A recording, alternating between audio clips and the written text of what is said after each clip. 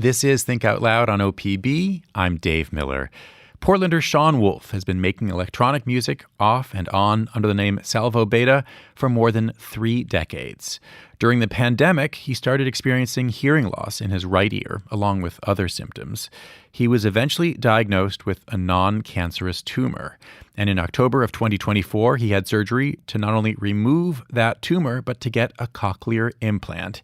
He is now making music again. He joins us to talk about how all of that has changed. Sean Wolf, welcome to Think Out Loud. Yeah, thank you. I want to start with part of a song that you made 25 years ago. It is from an album with the title Abrasive Stuttering. Yeah. It's called Eating the Last Marshmallow. Let's have a listen, then we can talk about it. All right.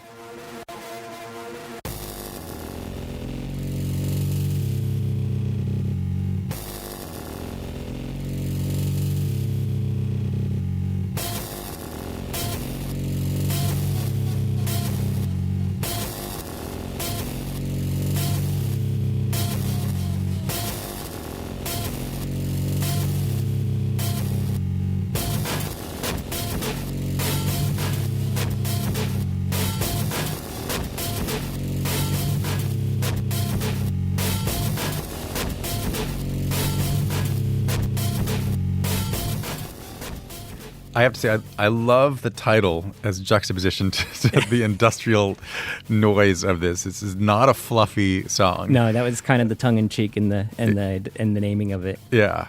What kind of music did you listen to or were you exposed to growing up? So in my early days, my dad had a really big record collection. There was the ones that I kind of were drawn to was Pink Floyd, the Moody Blues, and a lot of that kind of like British, 60s, 70s rock. But then he also had a section of records such as Kraftwerk, Tomita, Wendy Carlos. So that was like brought me into like learning about synthesized music and so on. And then as I got into being a teenager, I definitely had a lot of influence from listening to a lot of industrial music, Nine Inch Nails, Ministry, so on. And, there's a lot of that scene that was happening in Chicago as well. And then also the burgeoning techno scene that was starting to kind of grow. And then I was really heavily influenced when like the Warp record artists such as Aphex Twin, Square Pusher, and Outakir started coming out. So those are like all of the kind of influences that started driving me in the direction I went. Right, that's all going in. Yeah. And then you started making it yourself. So Yes. When did you start making music? It was probably like in the early 90s. I downloaded a program from a BBS. It was called Mod Edit, and it was like a kind of like software that was originally used to make music for video games, but then it kind of went out into kind of the hobby market where you just kind of put little samples and you put like things, it kind of almost looks like a spreadsheet of numbers that you put in, and it triggered the samples and made these songs. And there's like a whole trading sites on these BBSs. So it was like kind of pre-internet days. Yeah, and you were, 15, 16 or something? Yeah. Making like bedroom music, but super teenager. electronic, a teenager. Yeah. What was the scene like there in Chicago for people like you who are making noise electronica? It was actually really kind of cool. It was really starting to grow at the time, like the late 90s, early 2000s. There was a few different resources. There was a number of people who were doing record labels, such as Hefty Records, and eventually ours, some Pilot, and a group that was called Endpoint. And so there was also a club called Danny's and every Monday night they kind of had an abstract experimental electronic night that we would all go to and kind of converge on and hang out. And it wasn't a dance club? I mean, It was I still have the marshmallow piece in my head, and it's hard for me to imagine people dancing to it. Yeah, it is. It was kind of, I mean, it's kind of like taking my, industrial sort of influences, and then I kind of poking fun at like drum and bass as it was kind of coming up at the time, and just also adding like a rock element to it, because there were samples from like Rob Morgenstein, who's the drummer from Winger, does the like heavy beats in there. So yeah, it was kind of an interesting time to do that. And Danny's is like a little bar, but they had a little room where they had DJs and artists sometimes play. And then sometimes there's like a funk night that they would do, and people would be stomping like crazy there. But sadly, Danny's ended up closed, and it was just recently bulldozed. So it was a little sad bit of history lost in Chicago.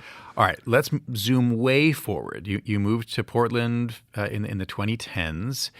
And then, as I noted, in the pandemic, I think early on, you started realizing you were having some hearing problems. What were the first symptoms that you remember experiencing? I started getting really sharp tinnitus that like lasted for more than a few hours. Like after going to like loud music events and I didn't properly wear earplugs or something, I would have it occasionally, maybe for a few hours. But this was like persistent and it would grow louder and louder in the right ear. And ringing in your ear. Yeah, it was a loud, high-pitched ringing. It was kind of consistent. And it didn't go away, and it was really concerning. And I thought it was just me from being bad at protecting my ears and listening to music loudly, or I don't know, any of the other various things that I've done through my lifetime that are maybe not so great for us to do. So that was the first symptom. What happened after that? Yeah, so that kind of progressed, and then at some point, like about a year and a half to maybe 2 years, like around late 2021 or 22. Early 22, I was starting to notice, like, if I put my phone up to my ear, like, it's like, oh, I can't hear really well. I have to switch to the other ear. Or if I put on headphones, I'm like, and I would, put the one ear on, one ear off, and I was like, oh, I can't really hear it now. And that was kind of shocking, and I just didn't know what to do at the time. Huh. How were you eventually diagnosed with what's called an acoustic neuroma? So that's a really kind of crazy and interesting story because my friend from Chicago, Chris, who runs our record label, we had worked together on many projects back when we were in the scene. What I was talking about. I started calling some of my friends like late 2021 or 22, I think, just to get in touch with everybody again. Because, after the pandemic, I was just kind of lonely. I wanted to reach out to all my old friends in Chicago. And then I was talking to my friend Jason, and he was saying, oh, Chris has got a tumor in his head, and he's going to get surgery, and he's going to lose his hearing in his right ear. I'm like, oh, that's terrible. I guess I shouldn't be concerned about my hearing issues because his obviously is much worse. He's got to get invasive surgery.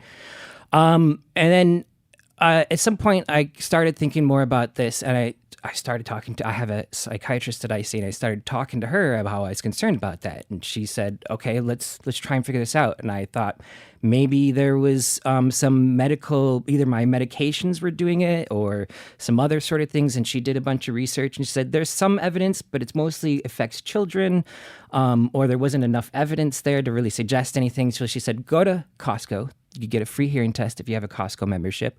I went there, and then my chart in the right ear got to like 500 hertz, and then it just drops off. And then they have what they do is like a word score. They try to see if you understand language, and they had to mask my left ear with a bunch of noise so that I wouldn't like hear through my head. And then I got a score of 24%, which is considered non-functional hearing. And then I went to Chicago to visit my friends, and I talked to my friend Chris, who went through the same through the operation, who had the same condition. And I said, yeah, he kind of told me about everything he went through. And then I showed him my audiogram. And he's like, that's really interesting, that asymmetry, that one ear is so intensely falling off than the other one. That looks exactly like mine. So when you get back home, maybe you should see about getting an MRI. And when I did, I talked to my psychiatrist, and she said, let's get an MRI. And not at Costco, hopefully. No. It was at the Oregon clinic. And that was in the morning. And then in the afternoon, they sent an email that says, we got the results, and it was on my chart. I could log in. I could see the report, but it was in Dr. E's. And I called up my friend Chris, and it was the first person I called that said, what is this? It was something like an enhancing mass in the vestibular canal or something. And I was like, is that it? Is that it? And he's like, yeah, that's like the exact language that they said on my report when they diagnosed me. So that's likely it.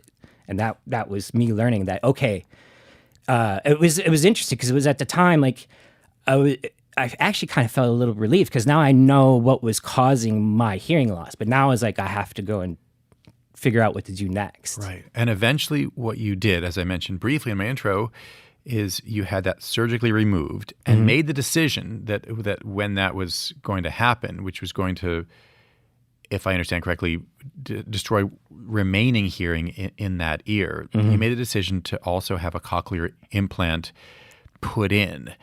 I want to play another song that I understand you made right before you actually had that surgery. It's called Monoreal Lamental. I may have mispronounced that. Yeah. I would pronounce it monoreal lamental. It's kind of a mashing of words to kind of talk about what was going on. Well, so before we listen to it, what should we know about this song?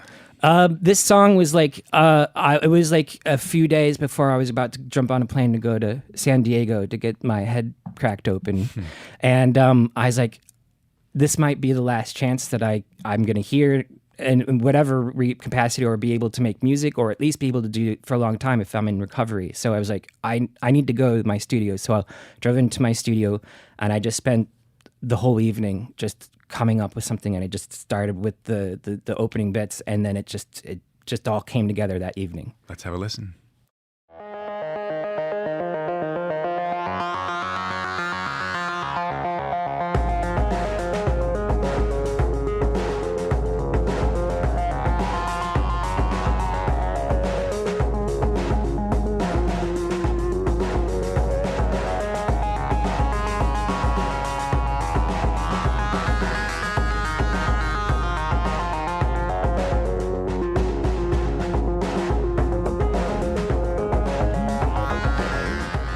Can you describe the sensation of waking up from the surgery and experiencing sound through the cochlear implant in your right side for the very first time? So the cochlear implant wasn't activated until a week after the surgery. And then that was a kind of a weird waiting period because they didn't know if there was enough survivable nerve left that the cochlear implant would work. So it was I just had a bunch of just noise and nothing on the right ear. And on top of it, I had vertigo because they had to cut the vestibular nerve, which helps you keep your balance and so on. So I had to go through a whole period of rehab to retrain that. So then a week later, we're still in San Diego. We go to the office to get the cochlear implant turned on. And it was like, white knuckled, and then all of a sudden I started hearing beeps and they went through each different, so there's little electrodes and each electrode does a different band, and then they just triggered each one. There was a possibility that maybe I'd only hear some of them, but it ended up all 16 worked. And then my wife, she had to go around the corner. They blocked my ear up and she said some nonsense sentence and I was able to hear her through the cochlear implant. It was interesting, but everybody's voices sounded sort of mechanical and pitched up, like meow, meow, meow, kind of like Smurfs or chipmunks or something. Is that the way? Do I sound like a Smurf to you right now? The fact that I'm listening with both ears, it kind of helps me translate it. But if I was to listen to it, I kind of think I can hear your voice. But because I've seen you and I've seen you talk, I'm now able to do it. If I was just to listen through my ear, through your right ear, through my cochlear implant, I could stream through my phone to it, and I would be able to. So now I've seen you, I know how you talk. It kind of helps my brain start to translate that pitch into what I perceive it. It seems to be easier for me to identify male voices than female voices, but it's a progress. It's been getting better over the years. Well, for people who haven't experienced it, I mean, how do you describe just the sensation of a cochlear implant for people who've never experienced one? I should say it's very different technology than a hearing aid, yes, which is a little tiny amplifier, a microphone and an amplifier. It's a tiny little speaker. This is it's taking electrical impulses going directly to a nerve. Yeah. Can you describe the sensation for those of us who don't have one? I have to say that it definitely feels like electronic. It feels like there is, especially when you first get it, your ears are really sensitive to this, especially if you haven't been hearing for a while.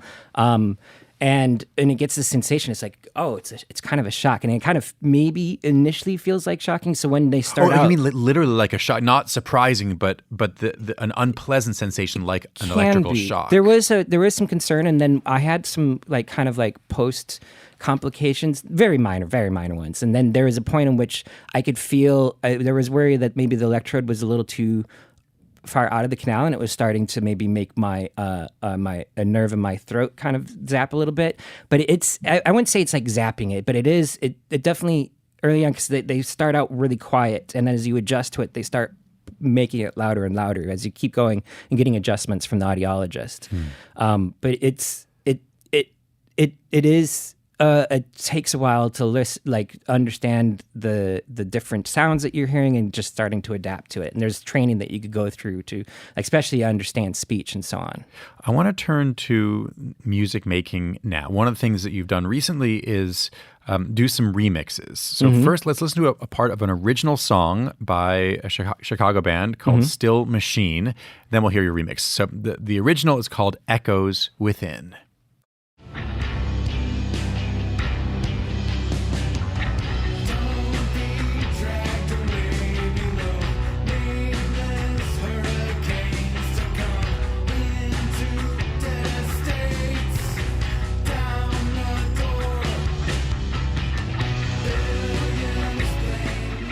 Okay, so that is Echoes Within by the band Still Machine. Let's hear part of your remix, which you called Hegemonic Containment.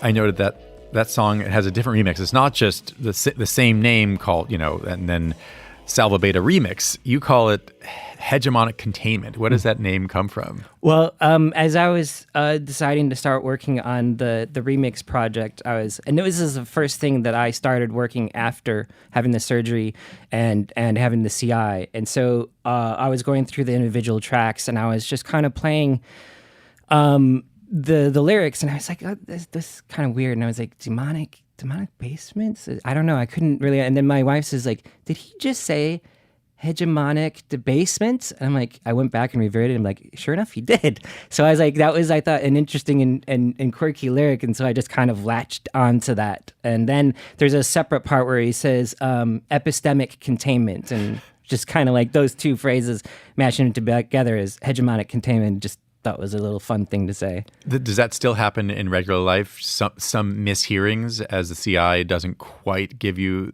what people said? Oh, yeah. The other day, my wife was talking to one of the AI chatbots, and she was telling me, like, oh, I was talking to the LLMs, and then I said, who are the yellow men? Oh, as opposed to the large language model. Yeah, it means LLM, yellow men is what I heard. So that joke's kind of stuck with us. We started by hearing a song from 25 years ago. I want to hear one more because I'm fascinated by how music making has changed. So this is what we're going to hear. It's a song called Curl, again from that 2001 album, Abrasive Stuttering. This is part of Curl.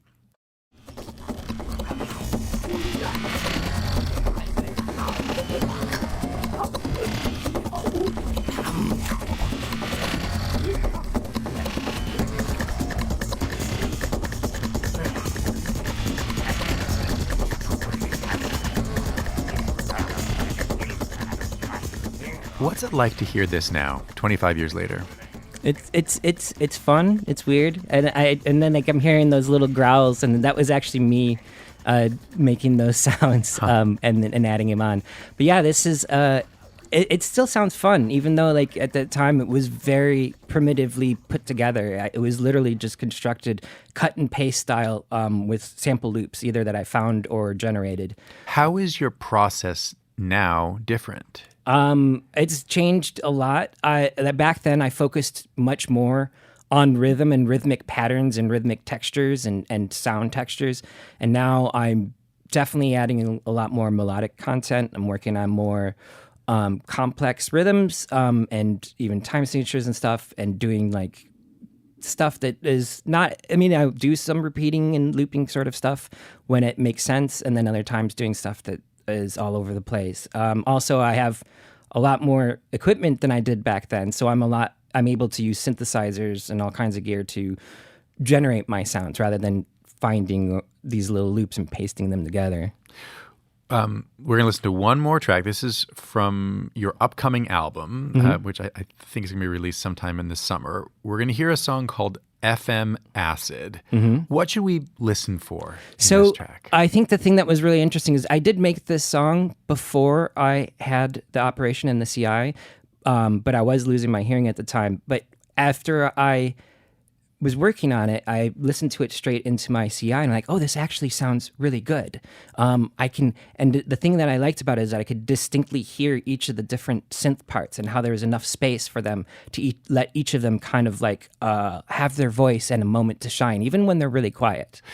Because a density or a layering of sounds is hard for you to pick out. It's hard for you to distinguish those sounds. Yeah, if there's a lot of like a lot of heavy, like when like guitar rock over vocals, it's hard for me to distinguish vocals from guitars and drums. It just kind of becomes kind of a jumble. But like with these distinct brief electronic sounds, I could actually hear them individually in the CI. Huh.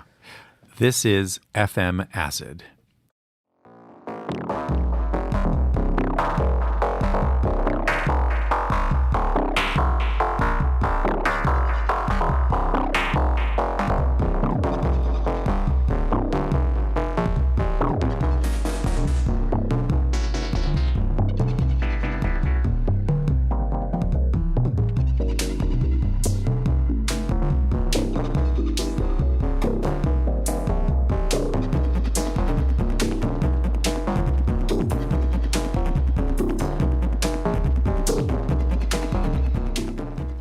As you're listening to music right now, you're wearing headphones on both ears. Do you have a sense? Do you experience what your brain is doing? Because on the left side, where you still, as I understand, have some tinnitus, there might be some ringing. On the right side is a cochlear implant, totally different way to bring the audio into your brain.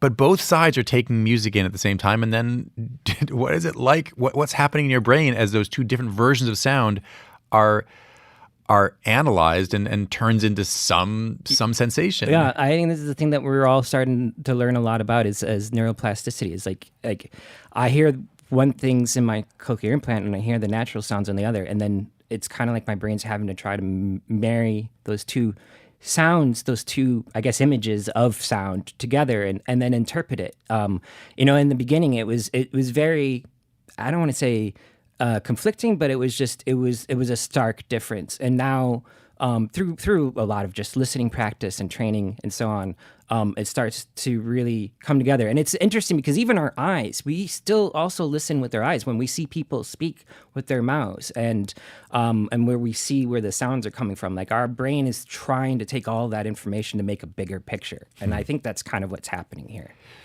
How much do you think about creating music now for people who, like you, have cochlear implants? After going through this process and then hearing some of the songs like that you just played, and that they sound distinctly interesting and different, and that kind of gave me an idea that there could be an avenue to explore making music that is distinctly designed for people who have cochlear implants. It will be challenging though, because even I have my experience with cochlear implant. It's probably going to be completely different than another person's because of the placement, how good their nerves are, the different brand of CI that they have. But I think I could approach something that I think could be pleasing to an audience of CI listeners. We heard 2 songs from your upcoming album. When is the album going to drop? So the remix record is going to be coming out April 24th. Our single for my 2 songs just launched this Tuesday on the 7th. They're available on Bandcamp, and we have a music video on YouTube. The full length, we don't know yet. We're thinking maybe late summer. So it's just got finished mastering. We got to go through the manufacturing and all the other stuff that has to happen beforehand. Shawn Wolf, thanks so much. Yeah, thank you. Shawn Wolf is a Portland-based electronic musician who performs as Salvo Beta. Monday on the show, Portland City Councilors are talking about a proposal that would raise take-home pay for Uber and Lyft drivers by limiting how much money the companies can take for each trip. The companies have threatened to leave Portland if the ordinance takes effect. Are you a driver for a rideshare company or a regular rider? We would love to know what you think of this idea and how it would affect you. You can leave us a voicemail right now at 503-293-1983. Thanks so much for tuning in to Think Out Loud on OPB and KLCC. I'm Dave Miller. Have a great weekend.